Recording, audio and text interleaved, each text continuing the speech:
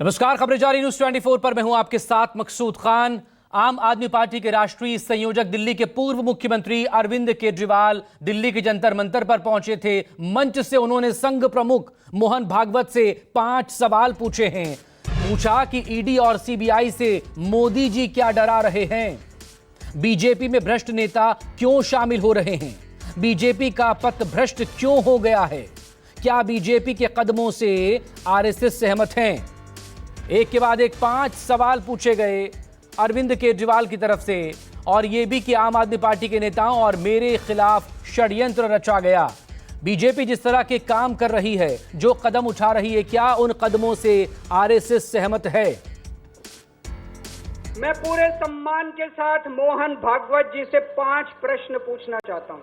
मेरा पहला प्रश्न है मोहन भागवत जी से, जिस तरह मोदी जी देश भर में लालच देके या ईडी और सीबीआई की धमकी देके डरा के दूसरी पार्टी के नेताओं को तोड़ रहे हैं, पार्टियां तोड़ रहे हैं, सरकारें गिरा रहे हैं, क्या ये देश के लिए सही है। मैं मोहन भागवत जी से पूछना चाहता हूं, क्या आप नहीं मानते कि ये भारतीय जनतंत्र के लिए हानिकारक है। मेरा दूसरा प्रश्न है उनसे, देश भर में सबसे भ्रष्टाचारी नेताओं को मोदी जी ने अपनी पार्टी में शामिल करवा लिया। जिन नेताओं को कुछ दिन पहले मोदी जी ने खुद सबसे भ्रष्टाचारी बोला, जिन नेताओं को अमित शाह जी ने खुद भ्रष्टाचारी बोला, कुछ दिन के बाद उनको बीजेपी में शामिल करा लिया।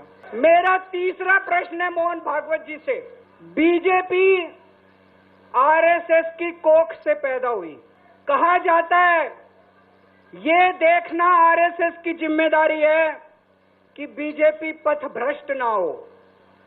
मैं मोहन भागवत जी से पूछना चाहता हूं, क्या आपने कभी मोदी जी से ये सब ना करने के लिए बोला। मेरा चौथा प्रश्न है मोहन भागवत जी से, जेपी नड्डा जी ने लोकसभा चुनाव के दौरान उन्होंने कहा कि बीजेपी को अब आरएसएस की जरूरत नहीं है। आरएसएस बीजेपी की मां समान है कि नहीं है। क्या बेटा इतना बड़ा हो गया कि मां को आंखें दिखाने लग गया। जिस बेटे को पाल पोस के बड़ा किया, जिस बेटे को प्रधानमंत्री बनाया, आज वो बेटा पलट के मां को अपनी आंखें दिखा रहा है। मेरा 5वां प्रश्न मोहन भागवत जी से मैं कहना चाहता हूं, आप ही लोगों ने मिलकर कानून बनाया था कि 75 साल के होने पे कोई भी व्यक्ति रिटायर होगा। इस कानून के तहत आडवाणी जी को रिटायर कर दिया, मुरली मनोहर जी जैसे बड़े बड़े नेताओं को रिटायर कर दिया, बीसी खंडूरी जी को रिटायर कर दिया, कलराज मिश्र को रिटायर कर दिया, शांता कुमार को और पता नहीं कितने लोगों को रिटायर कर दिया। अब अमित शाह जी कह रहे हैं कि ये नियम मोदी जी पे लागू नहीं होगा। तो मैं मोहन भागवत जी से पूछना चाहता हूं, क्या आप इससे सहमत हो।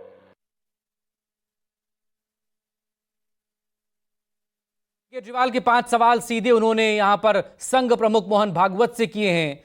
अब सवाल इसी को लेकर कि जनता की अदालत में पहुंचे थे केजरीवाल, अपने बारे में भी तमाम बातें कह दी, और इस सब के बीच संघ को सामने रखते हुए 5 सवाल भी पूछ लिए बीजेपी के और केंद्र सरकार के जिस तरह के काम पिछले दिन हो रहे हैं। सीधे रुक करेंगे मेरे सहयोगी इस वक्त मेरे सहयोगी ऋषिकेश का, दिल्ली से हमारे साथ ऋषिकेश जुड़ गए हैं। ऋषिकेश, सवाल इसी बात को लेकर कि अरविंद केजरीवाल जनता की अदालत का नाम लेकर जनता के बीच पहुंचे, लेकिन संघ से जिस तरह से सवाल किए गए बीजेपी के तमाम कामों को लेकर, बीजेपी की सरकार के तमाम कामों को लेकर, क्या चाहते हैं संघ से केजरीवाल, संघ किस तरह की भूमिका निभाए।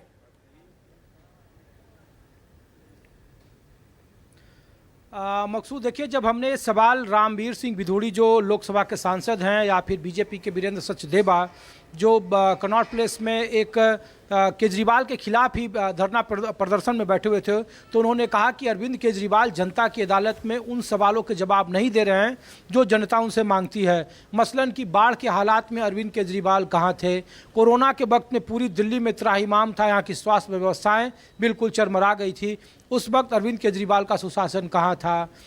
इसके अलावा जिस तरीके से उन्होंने अलग अलग तरीके से दिल्ली के शराब आबकारी नीति में जो समय बढ़ाया उन्होंने रात 10 बजे के बाद, और दिल्ली पुलिस से एनओसी नहीं ली थी, उनके जवाब अरविंद केजरीवाल क्यों नहीं दे रहे हैं। लेकिन दूसरी तरफ ये भी सच है मकसूद कि जिस तरीके से अरविंद केजरीवाल ने जो बीजेपी की मातृ संगठन है आरएसएस पर, और जिस तरीके से उसे सवालों के घेरे में खड़ा किया है, वो निश्चित तौर पर आने वाले वक्त में खासकर चुनाव में जो 10 साल का एंटी इनकम्बेंसी है और जो बीजेपी बार बार इन सवालों को उठा रही है, उससे अलग हटकर उन्होंने आज एक जंतर मंतर पर एक बड़ी लकीर खींच दी है। भ्रष्टाचार को लेकर भारतीय जनता पार्टी अरविंद केजरीवाल पर निशाना साध रही है, उसी भ्रष्टाचार को हथियार बनाकर अरविंद केजरीवाल सवाल पूछ रहे हैं आरएसएस से। मसलन कि पूरे भ्रष्टाचार देश में जितने भी बड़े नेता हैं उनकी बीजेपी में एंट्री, मोदी वाली बीजेपी में एंट्री कैसे हुई है, और इस पे मोहन भागवत को यानी आरएसएस को जवाब देना चाहिए। वो बार ये तमाम सवाल ऋषिकेश बीजेपी को असहज करते रहे हैं। बनाया था वो महाराष्ट्र से लेकर दिल्ली या देश का कोई और दूसरा प्रदेश हो, जब वहां पर चुनाव होते हैं, जिन नेताओं के को लेकर खुद बीजेपी भ्रष्टाचार के आरोप लगाती है मंच से, वही कुछ दिनों बाद बीजेपी में शामिल हो जाते हैं। तो क्या ये दुखती नब्ज जो है इस रग को दबाने की कोशिश कर रहे हैं केजरीवाल? बिल्कुल मकसूद, आप ठीक कर रहे हैं। आपको याद होगा जब लोकसभा चुनाव के वक्त में अरविंद केजरीवाल बाहर आए थे और उन्होंने उत्तर प्रदेश में योगी और दिल्ली के बीच में दूरियों का जिक्र किया था और कहा था कि अगर ये सत्ता में आएंगे तो कैसे योगी को बाहर का रास्ता दिखा देंगे।